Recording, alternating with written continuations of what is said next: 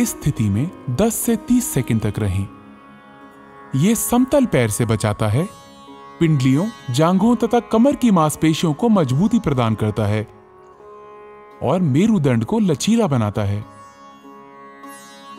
सांस अंदर लेने के साथ ही धीरे धीरे वापस आएं। बाईं तरफ के लिए फिर दोहराएं। स्लिप डिस्क, साइटिका और उदर शल्य चिकित्सा के उपरांत यह आसन ना करें। अपनी शारीरिक सीमाओं से आगे ना जाएं।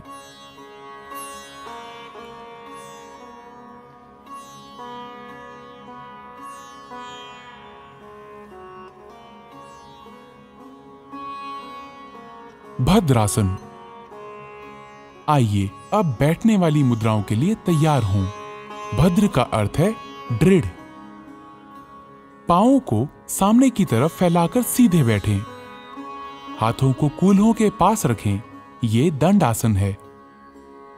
अब अपने पैरों के तलवों को एक साथ रखें। सांस छोड़ें और अपने हाथों को अपने पैरों के अंगूठों पर कसें। अपनी एड़ियों को जितना संभव हो उतना मूलाधार के पास लाएं। ये अंतिम स्थिति है। इस स्थिति में कुछ देर तक रहें।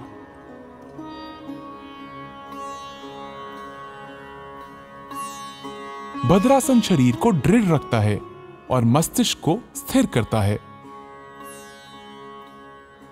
अब अपने पैरों को खींचें और विश्राम की अवस्था में आएं। एक्यूट आर्थराइटिस अथवा साइटिका होने पर यह अभ्यास ना करें। अर्ध उष्ट्रासन। उष्ट्र का अर्थ है ऊंट।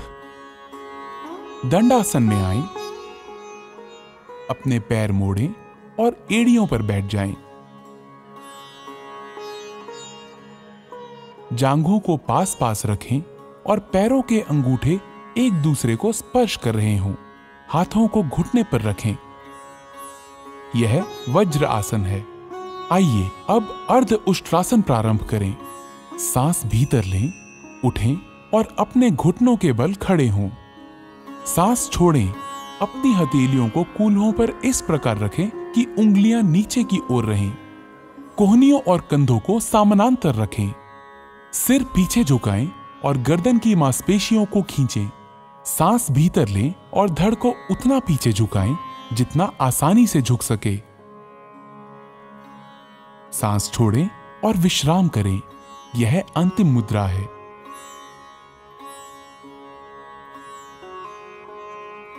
अब सांस भीतर लें और वापस लौटें। सांस छोड़ें, अपने हाथ नीचे रखें और वज्रासन में बैठें। यह आसन उदर की चोटों, चक्कर आने या गर्भावस्था के दौरान ना करें। शशांकासन। शशांक का अर्थ है शशक या खरगोश। दोनों घुटनों को दूर फैलाएं जबकि अंगूठों को परस्पर स्पर्श करने दें। हथेलियों को घुटनों के बीच रखें। सांस छोड़ें और उन्हें धीरे धीरे पूरी लंबाई में खींचें। आगे झुकें और थोड़ी को भूमि पर रखें। भुजाओं को समांतर रखें। सामने देखें और मुद्रा को बनाए रखें। यह तनाव और गुस्से को कम करने में सहायक है। सांस भीतर खींचें और उठें। सांस छोड़ें और वज्रासन में वापस आएं। अपने पैरों को वापस विश्रामासन में लाएं। ऑस्टियोआर्थराइटिस के रोगियों को यह सावधानी के साथ करना चाहिए।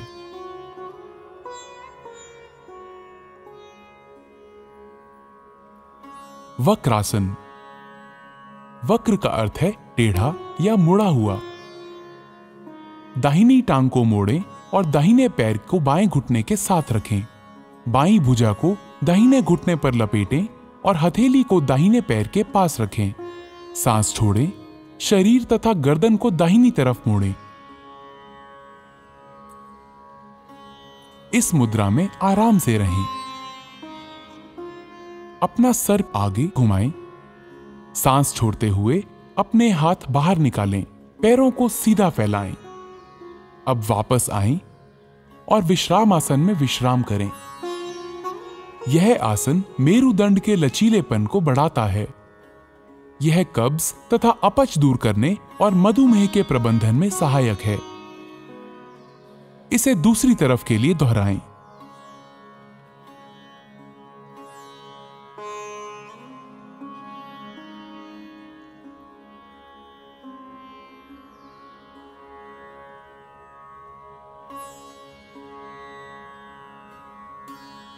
अपना सर आगे घुमाएं, सांस छोड़ते हुए अपने हाथ बाहर निकालें, पैरों को सीधा फैलाएं। अब वापस आएं और विश्राम आसन में विश्राम करें। भुजंगासन। अब अधोमुखी मुद्राओं के लिए तैयार हों। भुजंग का अर्थ है सर्प या कोबरा। पेट के बल लेट जाएं, सिर को हाथों पर रखें और शरीर को आराम से रहने दें। अब टांगों को आपस में जोड़ें और बाहों को खींचें। माथे को भूमि पर रखें।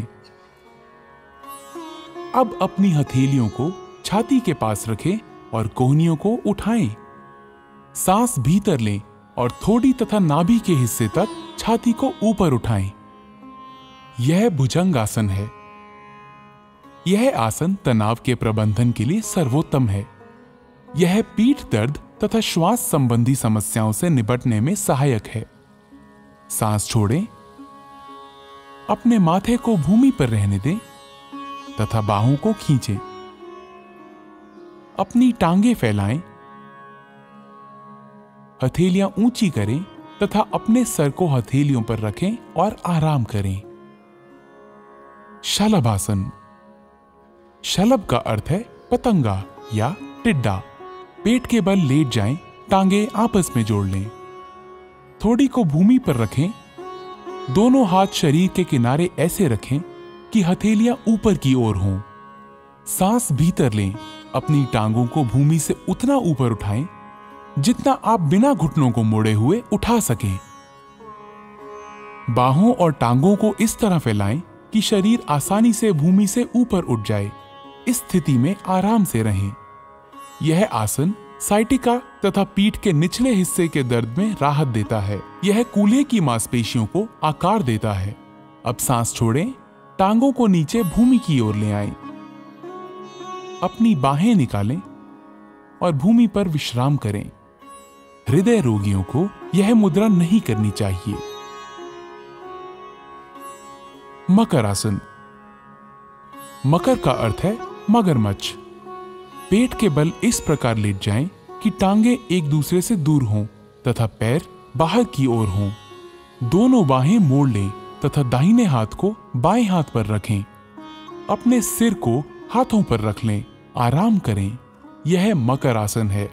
यह आसन सभी अधोमुखी मुद्राओं में विश्राम के लिए किया जाता है।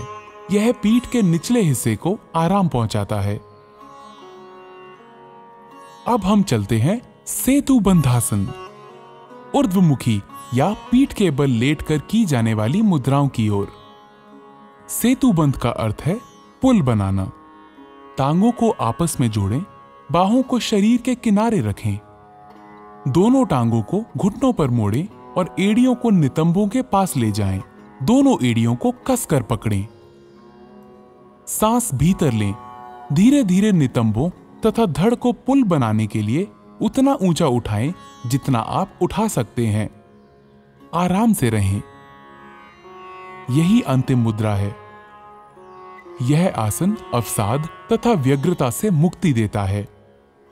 यह पीठ के निचले हिस्से की मांसपेशियों को मजबूत बनाता है। अब सांस छोड़ें। धीरे धीरे मूल स्थिति में आएं और विश्राम करें। पीठ के बल लेट जाएं। कृपया ध्यान रखें, गर्भावस्था के बाद की तिमाहियों वाली महिलाएं इस आसन का प्रयोग ना करें। पवन मुक्त आसन। दोनों घुटने मोड़ें तथा जांघों को छाती के पास लाएं। उंगलियों को आपस में जकड़ लें और घुटनों के नीचे पिंडलियों को अच्छी तरह पकड़ लें। सिर तथा कंधे उठाएं और घुटनों को थोड़ी से छूने का प्रयास करें। यह पवन मुक्त आसन है। यह कब्ज दूर करता है, उदर वायु से मुक्ति दिलाता है और पीछे की मांसपेशियों तथा मेरु तंत्रिकाओं को ठीक करता है। अपना सिर पीछे लाएं, सांस छोड़ें। अपनी टांगों को सीधा फैलाएं। आराम करें। उदर की चोटों, हर्निया, साइटिका तथा गर्भावस्था में यह अभ्यास ना करें।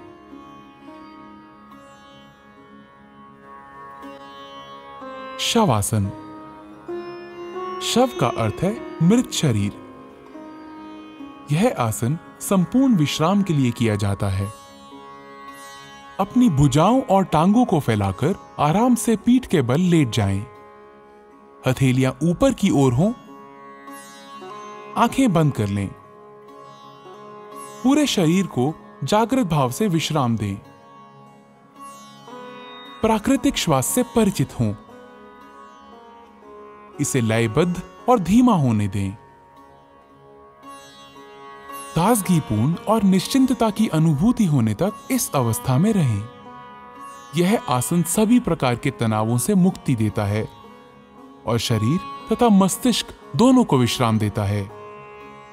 यह तनाव तथा उसके परिणामों के प्रबंधन में बहुत सहायक है।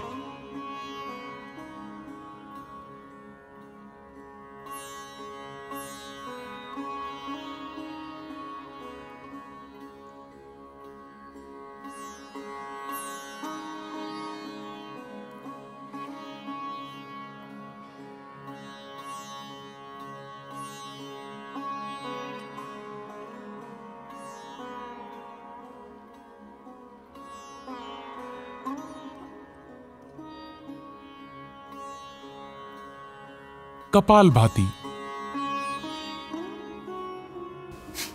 यह मस्तिष्क के अग्रभाग के श्वसन केंद्रों को उत्तेजित करता है।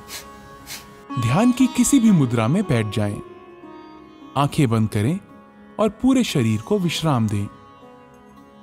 गहरी सांस भीतर लें, सीना फुलाएं। सांस को उदर की मांसपेशियों के बलशाली संकुचन से बाहर निकालें। शांत रूप से सांस भीतर लेना और सक्रिय रूप से बाहर निकालना जारी रखें।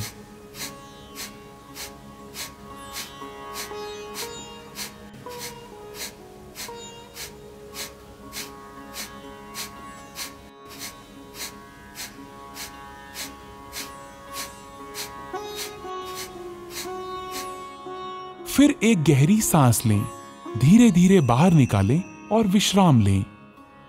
इस प्रक्रिया को 30 बार करें। यह कपालभाति का एक चक्र है। प्रत्येक चक्र के अंत में गहरी सांस लेनी चाहिए। अब 2 चक्र और करें।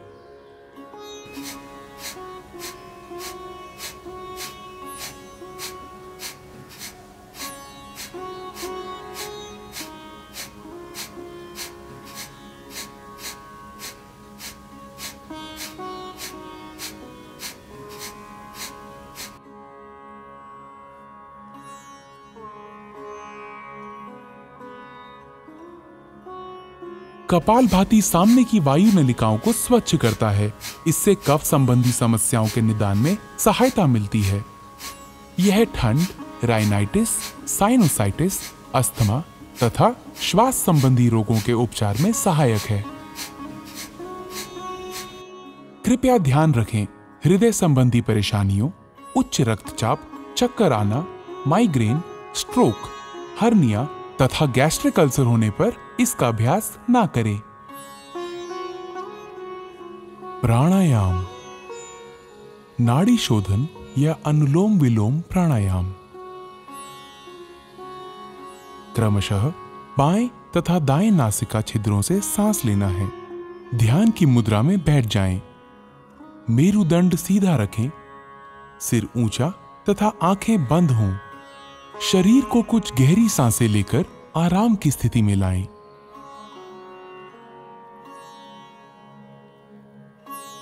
बाईं हथेली को बाएं घुटने पर ज्ञान मुद्रा में रखें। दायां हाथ नासाग्र मुद्रा में होना चाहिए। बाहिने अंगूठे को दाहिने नासिका छिद्र पर रखें। बाएं नासिका छिद्र से श्वास अंदर लें फिर इसे बंद कर लें। दाहिने नासिका छिद्र से श्वास बाहर निकालें। अगली बार दाहिने नासिका छिद्र से सांस भीतर लें। दाहिना नासिका छिद्र बंद करें और बाएं नासिका छिद्र से श्वास बाहर निकालें। यह नाड़ी शोधन या अनुलोम विलोम प्राणायाम का एक चक्र है। 5 चक्र और पूरे करें।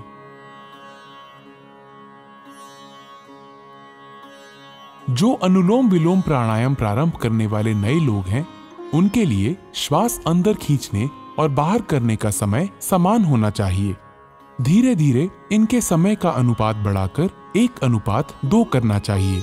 सांस धीमी, स्थिर तथा नियंत्रित होनी चाहिए। इस प्राणायाम का उद्देश्य ऊर्जा के सभी प्रमुख मार्गों को शुद्ध करना है।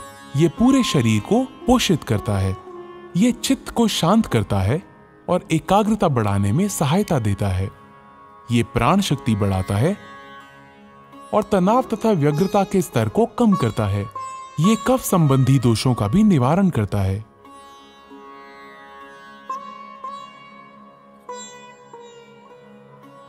भ्रामरी प्राणायाम।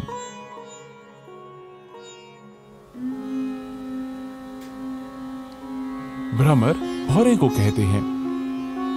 इस प्राणायाम में श्वास छोड़ने के समय जो ध्वनि निकलती है वो भौरे के भुन भुन से मिलती जुलती लगती है। दोनों नासछिद्रों से गहरी सांस भीतर लें। नियंत्रित तरीके से गहरी और स्थिर भौरे की भुन भुन की जैसी ध्वनि के साथ श्वास बाहर छोड़ें।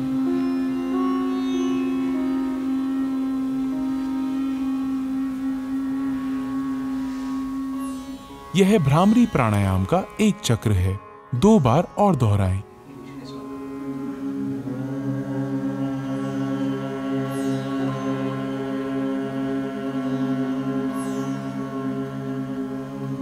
ये अनिद्रा की अच्छी दवा है। इसे तनाव संबंधी विकारों को दूर करने में बहुत कारगर पाया गया है।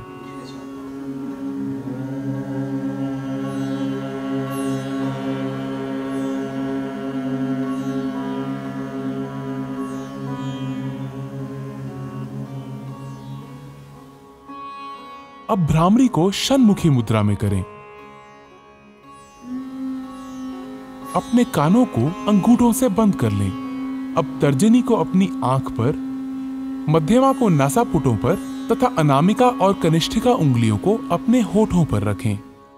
अपनी नाक खोलें और दोनों छिद्रों से श्वास भीतर लें। नियंत्रित गति से धीरे धीरे भौरे की भुनभुन सी आवाज करते हुए श्वास छोड़ें।